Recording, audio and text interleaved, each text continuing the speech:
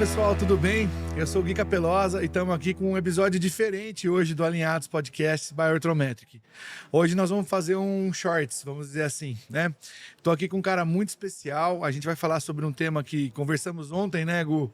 E, cara, acendeu uma vontade de fazer isso hoje porque falei, cara, a gente precisa falar um pouco disso, acho que é uma coisa necessária.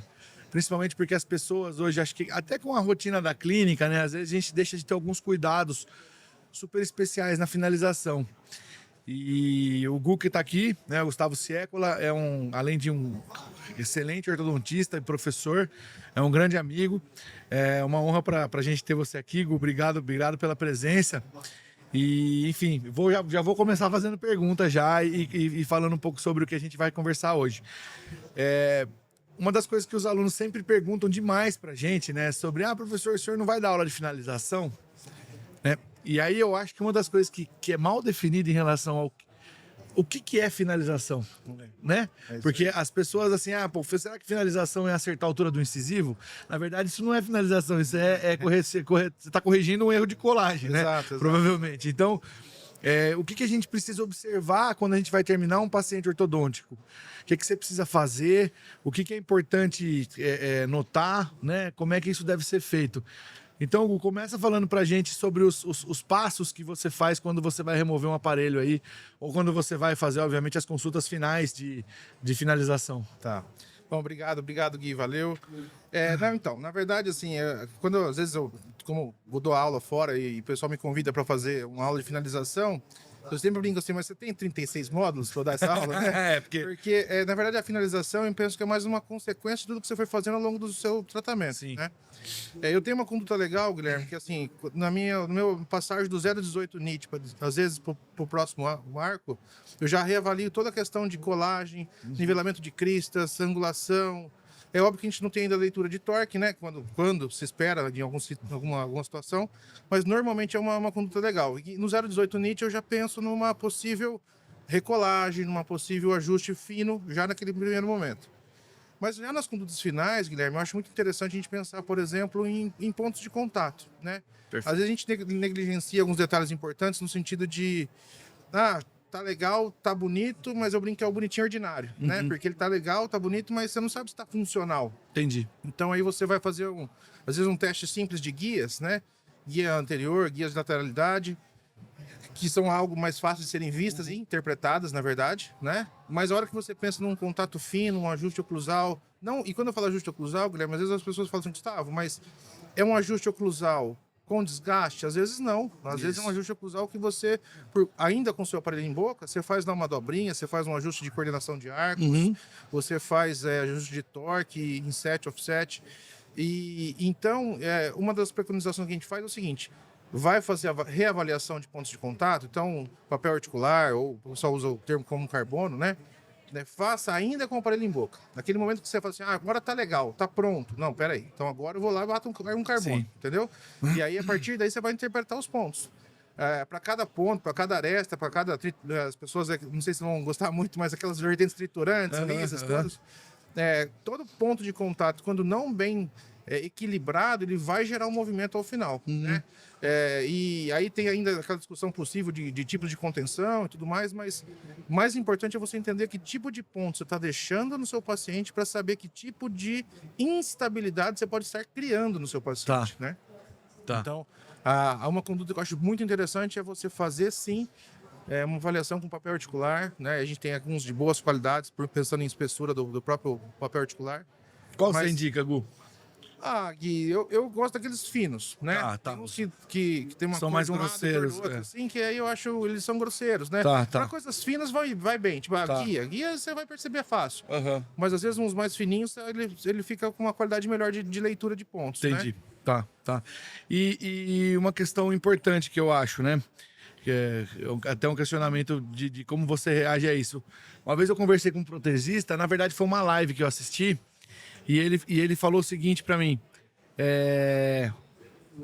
A gente tava conversando sobre oclusão e ele falou, cara, uma das coisas que me chateia muito quando eu vejo uma finalização ortodôntica é a distância que vocês deixam do canino inferior pro canino superior. Isso acontece muito, né? Porque Sim. é muito mais fácil você expandir Sim. o arco superior, porque ele não tem restrição de abertura, porque ele não tá constricto pelo de baixo.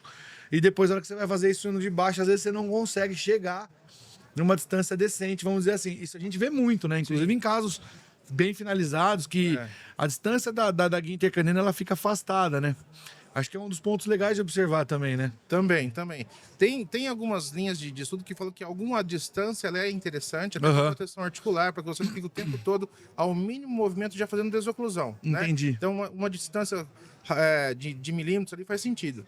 Mas, por outro lado, se você deixa uma distância grande, você começa a ter pré-molares trabalhando primeiro na desoclusão. Entendi, né? isso, exatamente, que é importante. E aí veja que dica valiosa, né? Porque então é legal você não ter uma distância, vamos dizer, de toque, né? Ou seja, de canino superior encostando com o inferior, porque senão a todo momento você vai estar fazendo desoclusão e talvez até sobrecarregue o canino nesse ponto, né? Exato. Mas também uma distância muito grande não é boa, porque você estaria incentivando uma desoclusão em grupo, apoiadas em prés, né? E se for em grupo, menos mal, porque às vezes quem sobrecarrega é só um pré, né? Exatamente. Aí começa a ter uma recessão sem explicação nesse acidente, né? Então, assim, uma das coisas interessantes é que a gente consiga, ou por meio da prescrição utilizada, ou por meio de uma finalização de dobras, você deixar o canino fora de um contato daquilo que eu chamo de oclusão estática.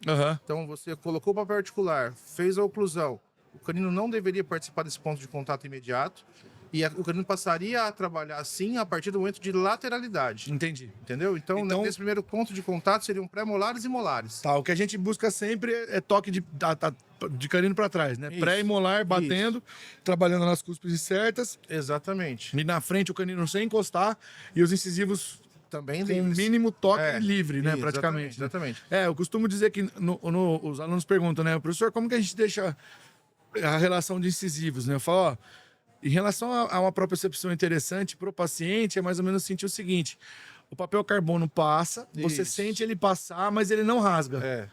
Essa acho que seria a definição legal. Eu acho legal, e assim, talvez uma dica para as pessoas, assim, tem um carbono que ele é vermelho de um lado e azul do outro, e entre eles vem um celofanezinho. Tá. Eu uso aquele celofane para fazer exatamente isso. Entendi. Então eu peço para o paciente que ele fique em oclusão normal, posterior, né? E eu ponho o celofane e faço o trajeto. E aquele celofane ele é muito sensível. Sim. Então, se tiver com ponto, ele vai rasgar. Tá. Né? Se tiver com algum ponto de travamento, ele vai rasgar. Tá. Então, às vezes é um material que a gente não usa, né? Que fala assim, isso aqui não serve para nada, só vai para separar um carboninho do outro. Na verdade, eu uso para isso. Entendi. Então, e aí você tem uma sensibilidade legal. E eu acho extremamente interessante usar esse tipo de procedimento, preservando contatos. Né? Bom, veja que bacana, né? Como a gente consegue gerar alguns protocolos para você adotar na tua clínica para fazer essa avaliação final de maneira muito interessante, né? Então, quando você for bater um carbono no paciente que você está terminando, os caninos não podem tocar, né? A gente não pode ter uma distância muito grande, mas também não pode ter um toque de canino participando da oclusão como se fosse um pré, né? Isso não é interessante. Os incisivos não podem bater também, mas eles têm que ter uma proximidade muito interessante, muito legal, que o paciente sinta passar o carbono ou o celofane e o celofane não rasgue, né? Exato. E os toques principais em molares e pré-molares, né? Eu acho que isso é muito valioso, né? Do ponto de vista de finalização, porque quando a gente está começando, ou enfim, quando a gente está na nossa carreira, às vezes a gente se pergunta, pô, será que está na hora de eu tirar o aparelho? Isso. Né? Os alunos sentem muita dificuldade nisso, né? Professor, por que tá bom agora e não estava mês passado, né? Isso aí. E na realidade, a gente começa a perceber essas coisas de maneira muito, né? Você vai olhando ali, você fala, pô, esse pré tá em infra, né? De repente precisa instruir.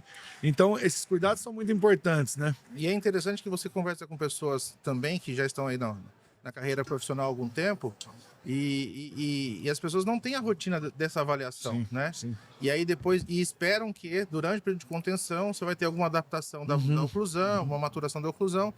Mas, poxa, eu fico pensando assim, você tem uma ferramenta na mão, você tem brackets montados, você tem um próprio sistema de alinhadores que está recente agora, mas pô, você tem um sistema na mão, um sistema de forças. Por que você vai deixar que isso aconteça naturalmente depois? Sim. Sendo que você tinha a capacidade de avaliar... Não, naturalmente, você vai ter que ajustar com broca, né? Exatamente. Que é um veneno, né? Que é um problema. Eu não vou usar o termo problema, mas é uma solução não a primária. Exatamente. Né? Eu acho que assim, quando você tem uma variação anatômica muito esdrúxula de um dente, algo desse tipo, seria interessante fazer um ajuste com a broca. Agora, se você está usando, né, o aparelho e depois que remove o aparelho você vai precisar fazer um ajuste com broca, Aí pouco contrassenso, né? exatamente, porque, né, a gente consegue fazer o ajuste sem tirar material, né?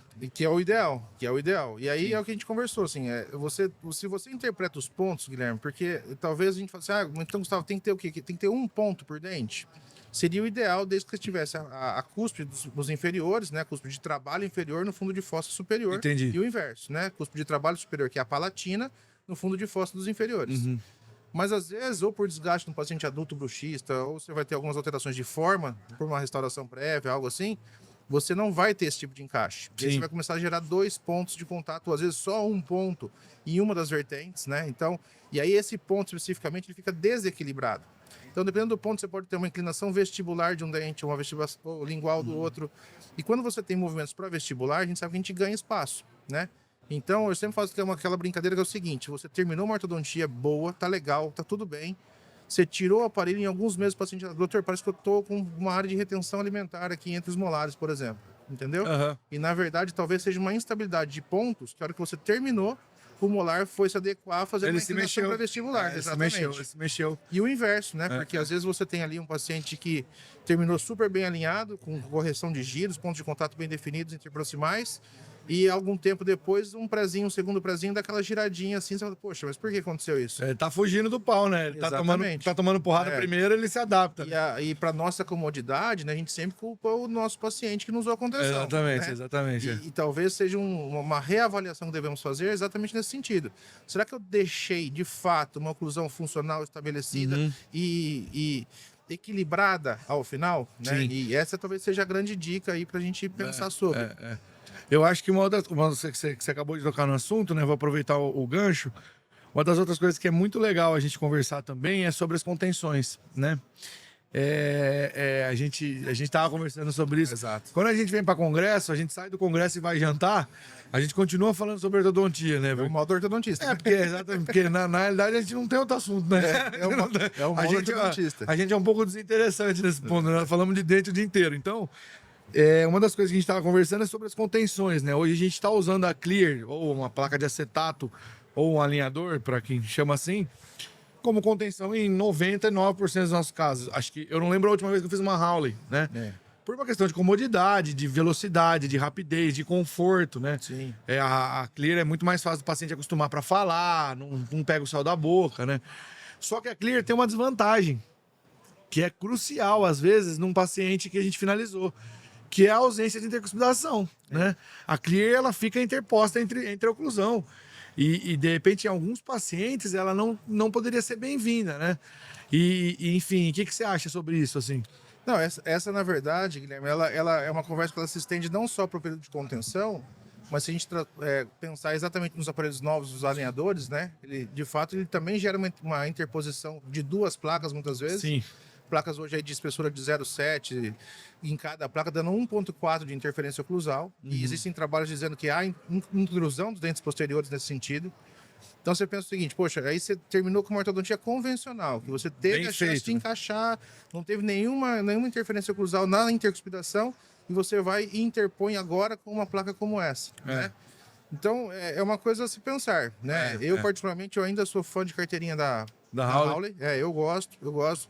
Tem no doutorado que nós fizemos, o doutor Diego Lorenzoni, ele trabalhou com avaliação de vários tipos de contenção, inclusive na época era a i6, né? Que era uma de acetato de 1 milímetro, que é uma interferência relativamente grande. Eu fui amostra dessa, então eu posso falar de carteirinha, né?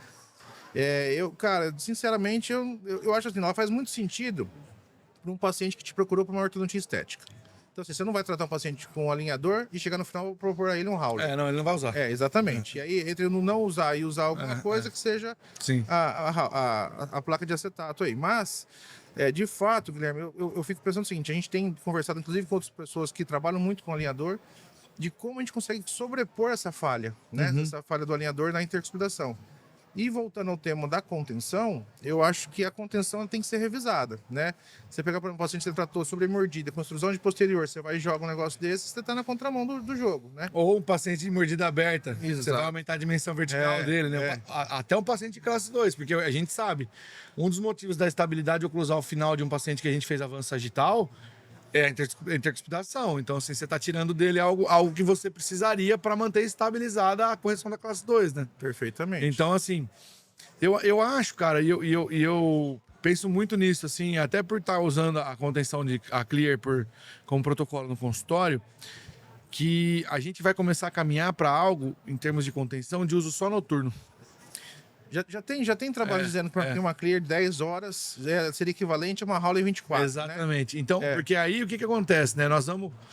Inclusive, eu acho que isso beneficia o paciente em alguns pontos, né? Primeiro, que ele vai trabalhar bem a oclusão durante o dia, né? Que é de fato a hora que ele precisa dela mais, né? E à noite, a gente já põe um aparelho que interpõe, que funcionaria, vamos dizer, como uma placa de bruxismo mais fininha ali, que é uma interposição oclusal, o que não é ruim. Se o paciente começar a apertar demais, a gente vai ter sinais na placa e vai conseguir intervir uma placa rígida. Então eu acho que a gente vai caminhar para esse sentido, pensando numa contenção móvel, né? E até melhor para a gente, né? Porque eu tenho certeza. Porque paciente funciona assim.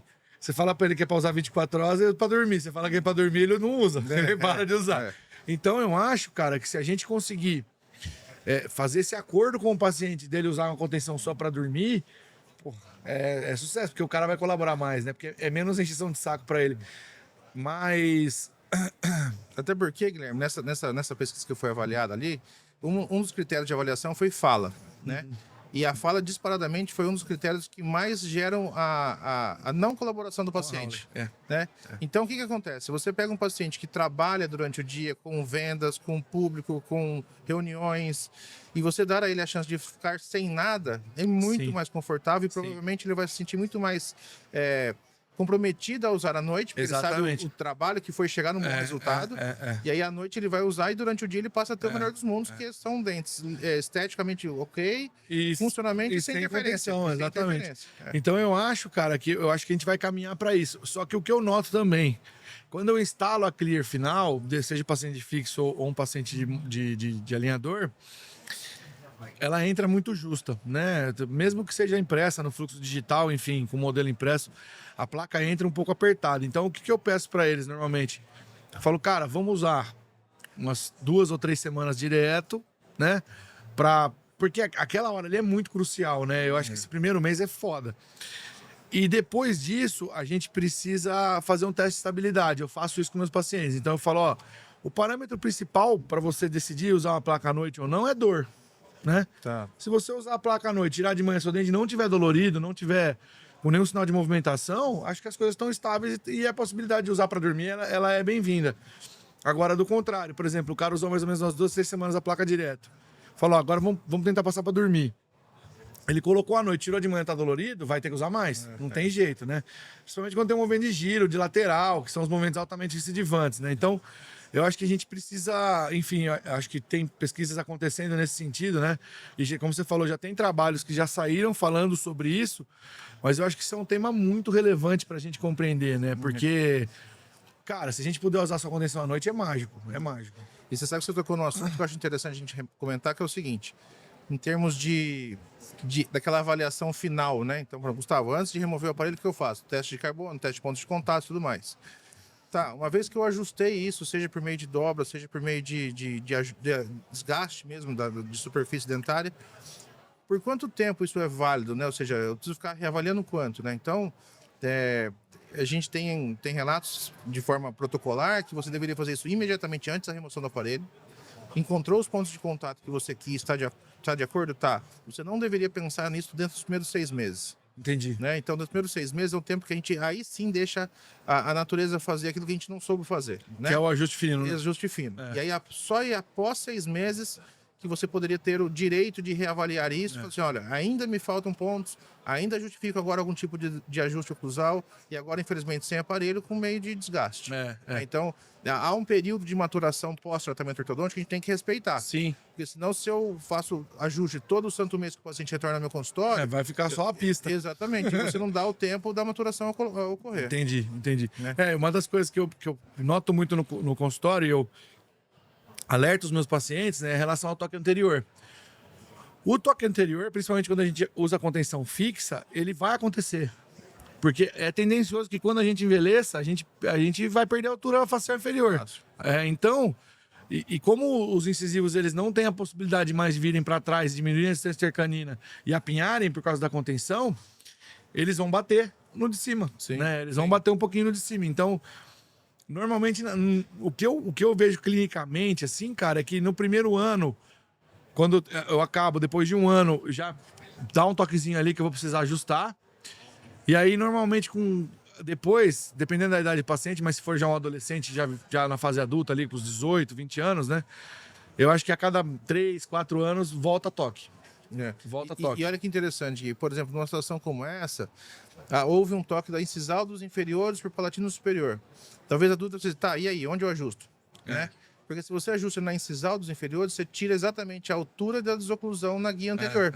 Então, você tem uma regrinha básica que é você preservar estruturas nobres, que são as cúspides de trabalho e incisal de incisivos inferiores. Ótimo. São áreas que você não deveria desgastar. Ótima informação. Então, você deveria pensar em fazer esse tipo de ajuste na palatina dos superiores. Que é o lugar mais difícil, inclusive, de fazer. Então, mas seria teoricamente ali o lugar mais ideal para que você não tire a incisal dos inferiores. Sim. Para você não trabalhar e não perder a altura desse movimento depois. Super interessante. Então é uma dica super valiosa, né? Então, e isso é o motivo de você alertar o teu paciente para voltar no consultório. Porque Exato. o paciente sente diferença na hora do ajuste.